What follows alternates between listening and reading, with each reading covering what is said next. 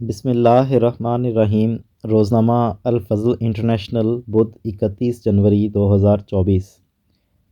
جماعت احمدیہ گنی بساؤ کے 13ویں جلسہ سالانہ کا بابرکت انعقاد۔ جلسہ سالانہ کے موقع پر حضور انور ایدہ اللہ تعالیٰ بنصر العزیز کا خصوصی پیغام۔ جلسے کی برکت سے 642 افراد کو بیعت کر کے احمدیت قبول کرنے کی توفیق ملی۔ 4,500 سے زائد افراد کی شمولیت۔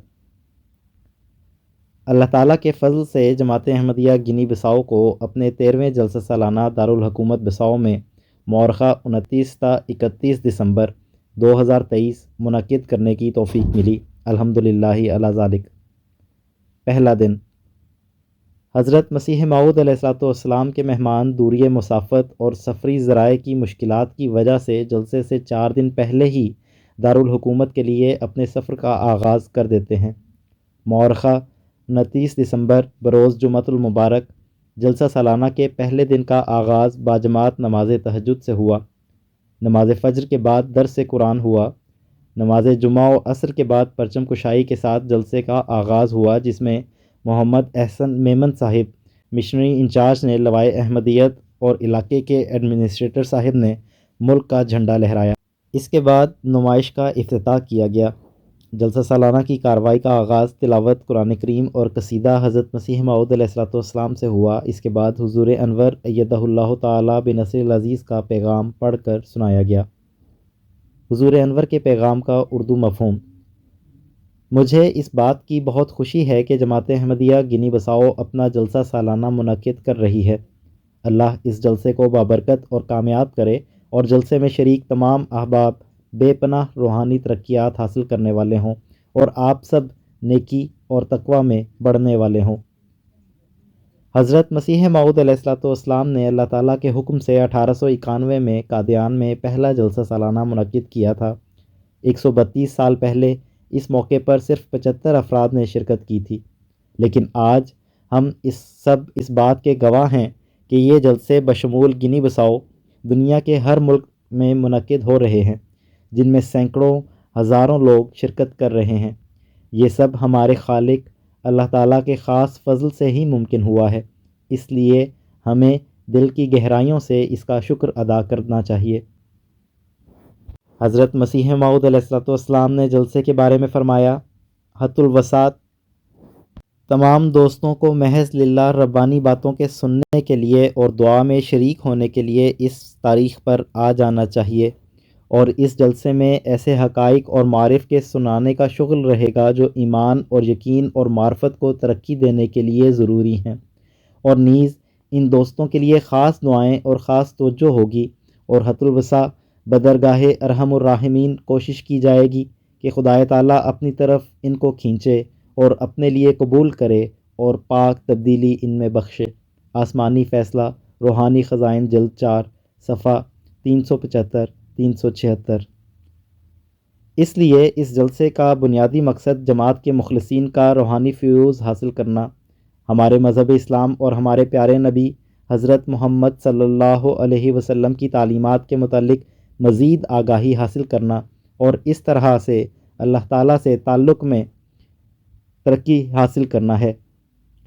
حضرت مسیح موعود علیہ السلام نے مزید فرمایا، اس جلسے کو معمولی انسانی جلسوں کی طرح خیال نہ کریں، یہ وہ امر ہے جس کی خالص تائید حق اور اعلی کلمہ اسلام پر بنیاد ہے۔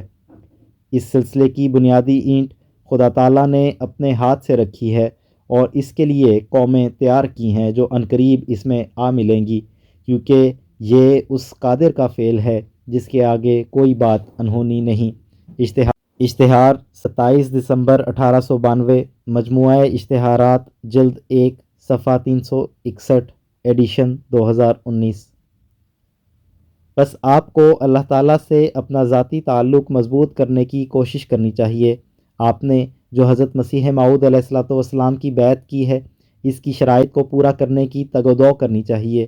یہ شرائط آپ کی زندگی کے لیے ایک مشعل ہونی چاہیے، اور اگر آپ خود کو ان میں ڈھالیں، خود احتسابی کریں، غور و فکر سے کام لیں اور اپنے روزمرہ افعال و اعمال کو بہتر کریں، تو نہ صرف آپ بہترین احمدی بن جائیں گے بلکہ دنیا کے اندر حقیقی انقلاب لانے والے بھی ہوں گے۔ ہر شرط بیعت اپنی ذات میں معرفت کا ایک سمندر ہے۔ ایک احمدی کو اپنے ایمان کو زندہ رکھنے کے لیے ہر شرط بیعت پر خوب غور کرنا چاہیے۔ میں آپ کو نظام خلافت کی اہمیت بھی باور کروانا چاہتا ہوں، جو ہمارے لیے بے انتہا فیوز کا منبع ہے۔ آج اسلام کی اشاعت اور دنیا میں امن صرف خلافت کے نظام پر عمل پیرا ہو کر ہی حاصل کیا جا سکتا ہے۔ خلیفہ وقت سے مضبوط تعلق بنانے کی کوشش کریں اور اس کے وفادار رہیں۔ آپ اپنے بچوں کو بھی خلافت کی اہمیت بتائیں اور اس بات کو یقینی بنائیں کہ آپ کی آنے والی نسلیں خلافت احمدیہ کی بابرکت رہنمائی، پناہ اور حفاظت میں رہیں۔ میں ہر احمدی کو نصیحت کرتا ہوں کہ وہ MTA دیکھے۔ آپ کو خاص طور پر میرے خطبے اور دوسرے مواقع پر کیے گئے خطابات کو سننا چاہیے اور ان میں کی گئی نصائح پر عمل پیرا ہونا چاہیے۔ آپ کو تبلیغ کی ذمہ داریوں کے متعلق بھی آگاہ رہنا چاہیے، جو کہ جماعت کے ہر رکن کا فرض ہے۔ باقاعدگی سے تبلیغ کے پروگرام منعقد کریں اور گنی بساؤ میں اسلام احمدیت کو پھیلانے کے لیے نئے طریقے اور ذرائع تلاش کریں۔ اللہ اس نیک کام میں آپ کا حامی ہو۔ آخر پر میری دعا ہے کہ اللہ تعالیٰ آپ کے جلسے کو ہر لحاظ سے کامیاب کرے اور آپ سب کو اپنا ایمان مضبوط اور مستحکم کرنے کی توفیق عطا فرمائے۔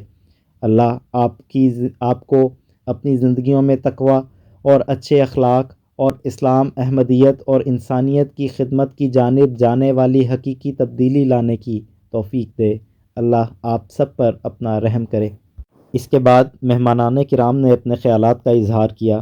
آخر پر مشنری انچارج صاحب نے افتتاحی تقریر میں جلسے کے مقاصد اور اس کی اہمیت و برکات کے حوالے سے توجہ دلائی۔ مغرب و عشاء کی نمازوں کے بعد سوال و جواب کے پروگرام کا انعقاد کیا گیا، جس سے احباب جماعت کے علاوہ غیر از جماعت مہمانان نے بھی بھرپور فائدہ اٹھایا۔ دوسرا اجلاس۔ جلسہ سالانہ کا دوسرا اجلاس 10 بجے شروع ہوا، جس کی صدارت گیلا جے ایمبالو صاحب صدر جماعت گنی بساؤ نے کی۔ تلاوت قرآن کریم اور نظم کے بعد مندرجہ ذیل موضوعات پر تقاریر کی گئیں۔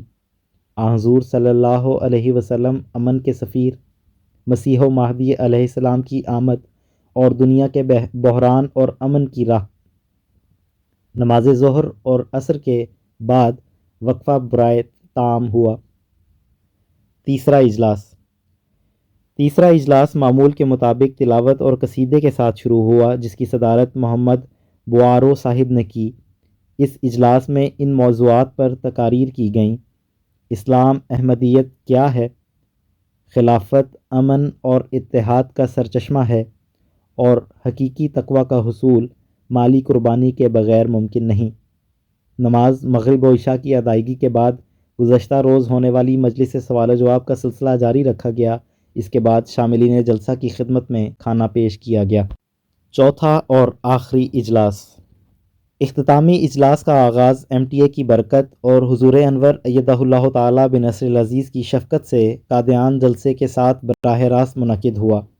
حضور انور کے اختتامی خطاب کے بعد گنی بساؤ کے خدام کو اردو نظم اور قصیدہ پیش کرنے کی سعادت ملی۔ الحمدللہ۔ ٹی وی اور ریڈیو پر کوریج۔ اللہ تعالیٰ کے فضل سے نیشنل ٹی وی، ایک اخبار اور 8 ریڈیو چینلز نے جلسے کی رپورٹنگ کی، جس میں جماعت احمدیہ کے پیغام کو تفصیلی رنگ میں پیش کیا گیا اور ملک کے دور دراز علاقوں تک جماعت کا پیغام پہنچا۔ ریڈیو پر جماعت احمدیہ کا پیغام سن کر ایک دور کے گاؤں نے جماعت احمدیہ میں شمولیت کا اعلان کیا اور کہا، یہی حضرت محمد صلی اللہ علیہ وسلم کا لایا ہوا سچا اسلام ہے۔ الحمدللہ علی ذالک۔ جلسے کی غیر معمولی برکات۔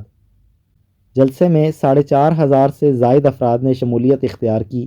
175 کے قریب حکومتی افسران، نمائندگان، مختلف علاقوں کے گورنر، ایڈمنسٹریٹر، پولیس اور سیکیورٹی کے چیف، مختلف علاقوں کے بادشاہ، غیر از جماعت ائمہ نے شرکت کی۔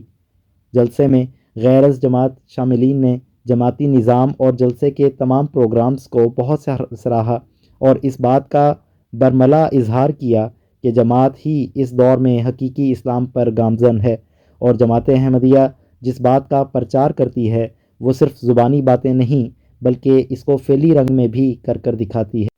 حضور انور کے ایمان افروز خطاب کے بعد 642 افراد نے بیعت کر کے جماعت احمدیہ میں شمولیت کا اعلان کیا۔ فالحمدللہ علی ذالک۔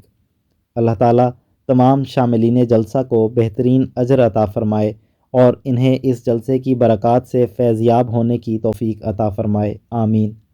رپورٹ زاہد احمد بھٹی، مبلغ سلسلہ گنی بساؤ۔